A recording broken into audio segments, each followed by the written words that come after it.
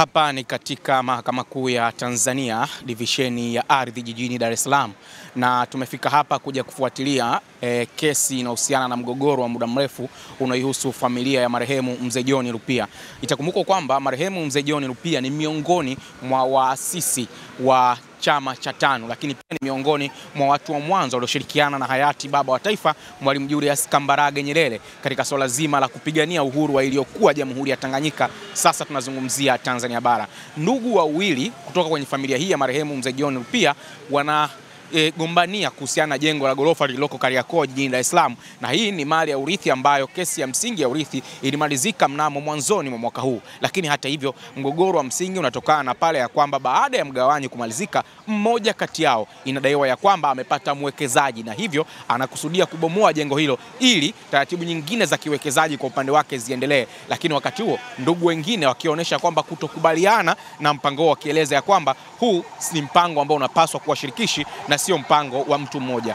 Katika viunga vya mahakama hii leo, mahakama ilipaswa kuja kutoa maamuzi madogo ama shauri dogo kuhusiana na zuio ambalo limewekwa na upande wa waleta maombi. Lakini hata hivyo, shauri hili limeshindwa kuendelea kutokana na mawakili wa upande wa utetezi kutokuwakilishwa baada ya kuwa na kesi kwenye mahakama ya juu, kwa maana ya mahakama ya rufani. Nje ya viunga vya mahakama tumezungumza na wakili wa upande wa waleta maombi, wakili Peter Madeleka, ili kujua msingi hasa wa shauri lenyewe ni nini, lakini mgogoro huu wa muda mrefu mpaka sasa wapi ambapo panaonekana kuwa na nguvu ya kisheria ambapo wanabishaniana.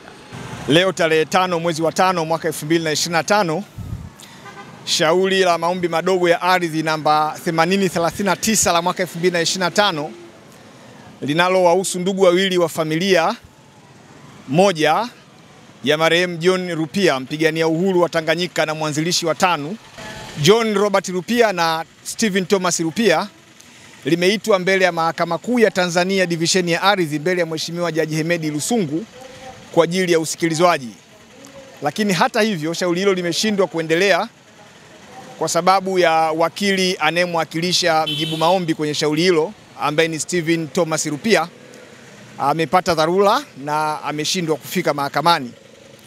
Ikumbukwe tu kwamba shauri hili linahusu maombi ya zuio la kuwatoa wapangaji waliopo katika jengo lililopo katika ploti namba 2 na 3 kwenye makutano ya mtaa wa Msimbazi na Uhuru Kariakoo, na baadaye kulivunja. Sasa mteja wangu ambaye ni John Robert Rupia alikuwa ameomba Mahakama Kuu ya Tanzania divisheni ya ardhi itoe zuio la muda ili mjibu maombi Stephen Thomas Rupia asifanye hicho anachotaka kufanya, kuvunja jengo hilo na kuweka uwekezaji wa takribani dola milioni 36 mpaka pale shauri la msingi lililoko mbele ya Mahakama Kuu litakaposikilizwa na kutolewa uamuzi.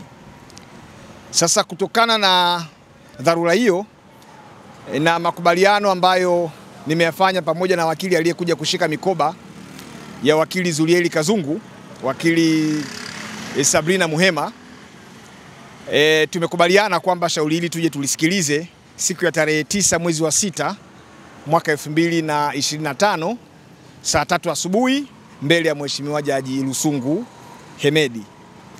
Ikumbukwe tu lile jengo sasa hivi lipo kwenye mgogoro na hakuna kitu chochote kinachopaswa kufanyika kama ambavyo mjibu maombi anataka kufanya, lakini kilichoruhusiwa kufanyika ni kwamba biashara ziendelee kufanyika kama zilivyokuwa zikifanyika kama kawaida, na waliokuwa wamepanga kwenye jengo hili kwa maana ya makazi waendelee kuishi hapo mpaka mgogoro huu utakapomalizika hapa mahakamani. Kwa hiyo kwa kifupi, hayo ndio yaliyokuwa yamejiri leo hapa mahakamani, Mahakama Kuu ya Tanzania divisheni ya ardhi Dar es Salaam. Na maana yake kwa mustakabali huo, maana yake kuna namna yoyote kesi ya msingi itaathirika kutokana na ratiba hii? Kesi ya msingi haiwezi kuathirika kwa sababu tayari Mahakama Kuu ya Tanzania divisheni ya ardhi Dar es Salaam ilikushatoa zuio la muda kusubiri usikilizwaji wa shauri hili kwa pande zote mbili, wanaita interparties.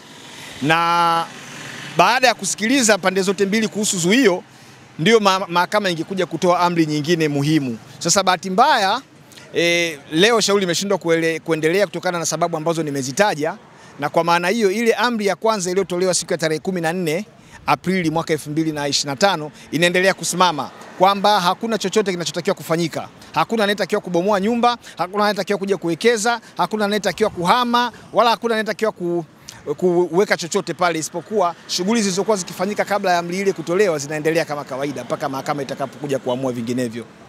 Asante sana.